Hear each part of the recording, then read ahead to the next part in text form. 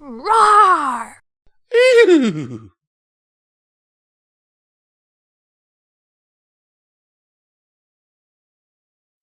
Hello and welcome to Midnight Readings.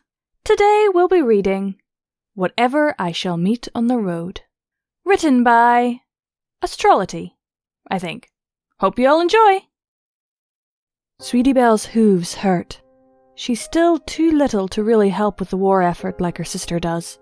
She doesn't have the dexterity to sew uniforms day in, day out in a workshop.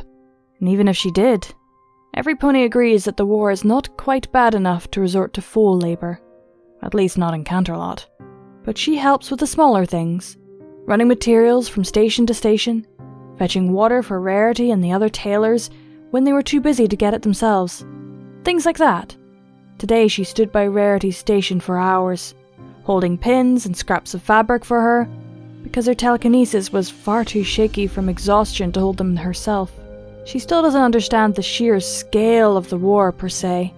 She knows the basic facts from the newspapers, and from Miss Cheerley the year she still taught, before she had to leave to help with the war herself, but there's really no way to envision thousands of crystal ponies fighting for Sombra in her mind's eye.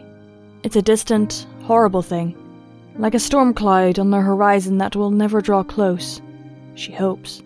But she's seen it at home.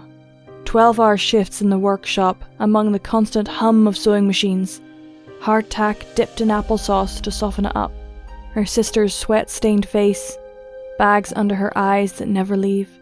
This is how it's always been.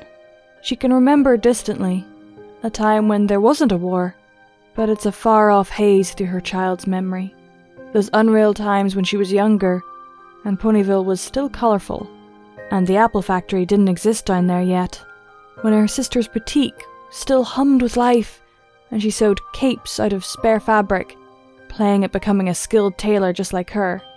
It was a time when she still cared about things like getting her cutie mark. Rationally, those Ponyville days weren't so long ago. Not really. But she feels like she's a different pony now. Some pony else who's always lived up in Canterlot, whose job in life has always been to run materials up and down the rows of workbenches in the tailor shop, until her hooves hurt. Sweetie Belle theorizes that it's something about the war that makes her feel older. Those Ponyville days are just a silly dream, under the haze of factory smoke. Those blue skies something that only happened in her imagination, an experience she was the only one to have. It's like a fairy tale. Once upon a time she dreamed of pastel houses, and her sister humming some tune in harmony with the buzz of her sewing machine. And then she woke up, and the skies above were dark with soot, and now it makes her feel sad when she looks up at the clouds. At least the skies above Canterlot aren't like the ones in Ponyville. It's dark with pollution too, but at least Canterlot isn't like Ponyville, with a tireless apple factory and mournful calls of shorn sheep. So Sweetie Belle just chose to stare at the cobblestone beneath her hooves, and tries to enjoy this rare moment of free time, rather than listening to the lingering guilt in her chest that tells her she's not doing enough. She's never doing enough. No pony is. Otherwise, they'd be winning the war, right? Sweetie Belle ends up wandering into Canterlot's outskirts. She thinks the plaza she's roaming through was some kind of commercial district once, but it's not a place she ever got to visit with Rarity before the war. She's got a good imagination. She can see it in her mind's eye how this place must have been bustling and full of life a few years ago. Maybe it would have even been beautiful. But there was no place in beauty during a war. No place for luxury. And now the shops were all boarded up and rotting with neglect. She hardly gives the abandoned storefronts a second glance before wandering to the edge of the plaza and sitting before its lip. It's low and smooth, and gives the impression of one being able to walk, or stumble, right off the edge. But this close, Sweetie can hear the low, subtle hum of its force field spell. Somehow, after all this time, it's still active, and she leans forward to rest her chin on it and look down over the rest of Equestria. She can see Ponyville from here. Mostly she can see the clouds of soot, hanging over it like dirty storm clouds, a dark spot among its rolling hills of grey-green grass. But if she squints and leans in, she can just make out the faded colours of pastel roofs and the sprawling darkness of the Everfree behind it. She's startled from her melancholy by the gentle tapping of hooves behind her. She looks over her shoulder, eyes wide. Sweetie wasn't expecting any pony down here. Only to calm when she realizes it's just another foal about her age. A Pegasus, actually, which would have been an uncommon sight in Canterlot before the war. But nowadays they take any pony they can get that has a trade skill, unicorn or not. Despite her age, she doesn't have a cutie mark either. She's got a coat the colour of orange cream and a mane of dark magenta. Both are ruffled and dishevelled and dirty, maybe from factory work. Rarity would throw a fit if she saw her. Sweetie can't help but like her. Hey, what you staring at? Sweetie blinks and starts, trying an awkward smile up at the other foal. You're a blank flank like me, she says, swishing her tail to the other side so it doesn't cover up her flank. And it's now the other's turn to stare. Although, to her credit, she doesn't do it for very long. There's a moment of shock reflected in her expression, before she blinks a few times and huffs, tossing her mane. Huh, cool. I mean, not like it matters much. I bet lots of ponies don't get their cutie marks anymore, because of the war. You get locked into one thing your whole life, whether it's your talent or not. We all have to do our part, Sweetie Belle says, a line she's heard a dozen times from other, older ponies, but one she clings to regardless. The Pegasus just huffs and shakes her head, but shuffles closer to the edge of the plaza, staring down at the world below. What you looking at? She asks. Ponyville. Huh? Where's that? Right over... She gestures. There. Pegasus raised an eyebrow. That nasty old soot stain? Hey! It's true. She can't help but defend the place regardless. That was her home. Once. I used to live in that soot stain. She waves a placating hoof. Okay, geez, sorry. Then she takes a couple steps closer, squinting at the place where Ponyville is. A beat passes before she settles next to Sweetie Belle, sitting down at her side. Sorry about your hometown.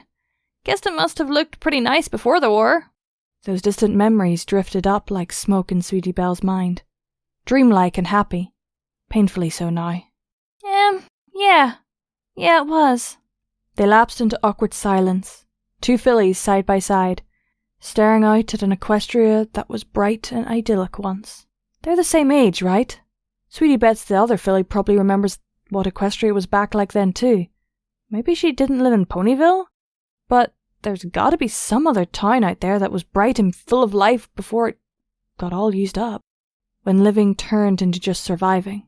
She can't help but feel a little kinship with the other filly her age, also without her cutie mark. It takes a while before the Pegasus speaks again. Hey, do you remember much about Ponyville? My sister owned a boutique there, Sweetie says. It was super popular before the war. She made dresses, and every pony wanted to buy one from her. She was jealous of that back then. Jealous that every pony liked her sister, but not her. Jealous that Rarity was always working and never had time to spend with her little sister. Upset that Rarity always complained about her parents, and how they were never around for the two of them. Because didn't she see that she always did the exact same thing? Hoiling herself up in the workshop and refusing to come out? Never realizing that her dress work then was just as important as sewing uniforms now. That past resentment feels so silly, surrounded by smoke of war. So foolish. You know, I was going to live in Ponyville once, the Pegasus says. Really? Sweetie Belle asked, attention snatched from the smoky cloud hanging over Ponyville and her own dark thoughts. Yeah, I lived with my aunts, and one of them was a florist.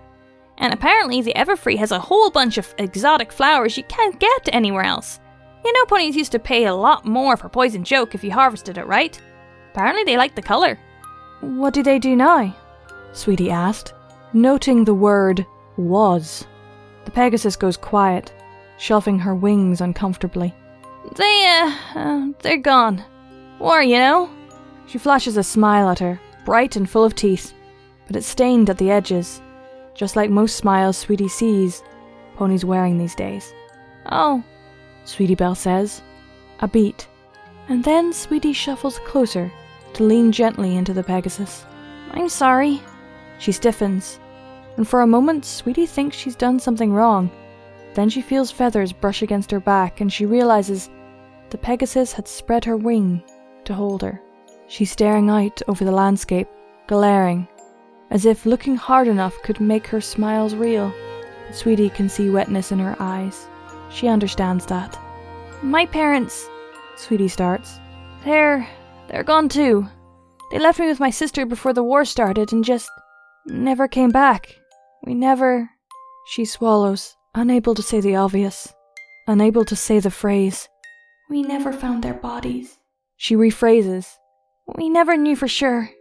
I think it's just one of those things where you make your best guess, but deep down... Sweetie shrugs. You know. The wing over her back tightens, drawing her close. I know. Sweetie's unsurprised when she finds her vision starting to blur. Tears bead in her eyes and roll silently down her cheek. She turns her head and rests it on the Pegasus' shoulder, unable to look down at Ponyville any longer. The Pegasus, for her part, doesn't comment on her tears, just leans in a little more. They stay like that for a while, sitting in companionable silence. There's nothing but the whistling of the wind and the rustling of little swirls of dust and abandoned papers crinkling down the street as their company. Neither pulls away from each other. They just stay there, like that. Two small figures silhouetted against the setting sun, staring out over a dying landscape that once felt like home. A distant call breaks the quiet over the soft wind. A musical voice high with just that little bit of panic rises. It's faint, but even from far away Sweetie Belle can recognize the voice of Rarity. My sister's calling, she says. She makes no move to leave the warm embrace of the other's wing, a shelter against the unfairness of the world. The Pegasus glances over her shoulder at the noise, but she too makes no effort to move. She nods silently in acknowledgement, but if anything just holds her tighter, unwilling to let go. Do you have some pony to stay with? Sweetie Belle asks, grappling for an excuse to extend the conversation a little longer. She shakes her head. Clydesdale's still accepting Pegasus refugees, I think. Gonna stow away on a supply zeppelin and find somewhere to stay.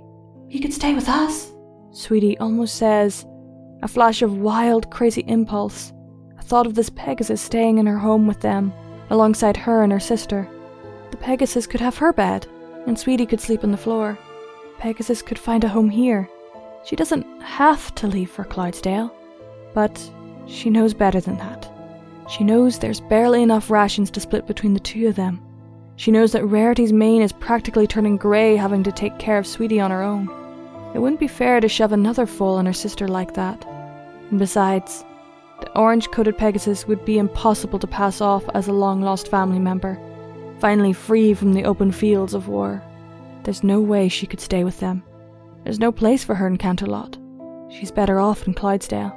Still, she sits there with her, staring out over the horizon, pretending that she doesn't have sewing duties to get back to, and an overnight shift to help Rarity with, until her sister's voice rings out again. Sweetie Belle! I have to go, she forces herself to say. Good luck out there. I hope you make it to Clydesdale. Thanks, the Pegasus says, tucking her wing back at her side. Good luck with whatever you got going. Bye. Bye, she says, turning to leave. As she walks back down that cobbled road, she spares a glance, just one, back over her shoulder. The Pegasus is still there, looking down over Equestria all alone, and then Sweetie turns a corner, and the Pegasus vanishes behind the form of a cracked paint-chipped wall, and she never sees her again. Oh, okay, that is a sad one. When I first read this story, I knew I had to, because it's good. It's good. That was Whatever I Shall Meet on the Road, written by Astrology. I can't even pronounce that word. I hope you all enjoyed. Keep watching that moon. Bye!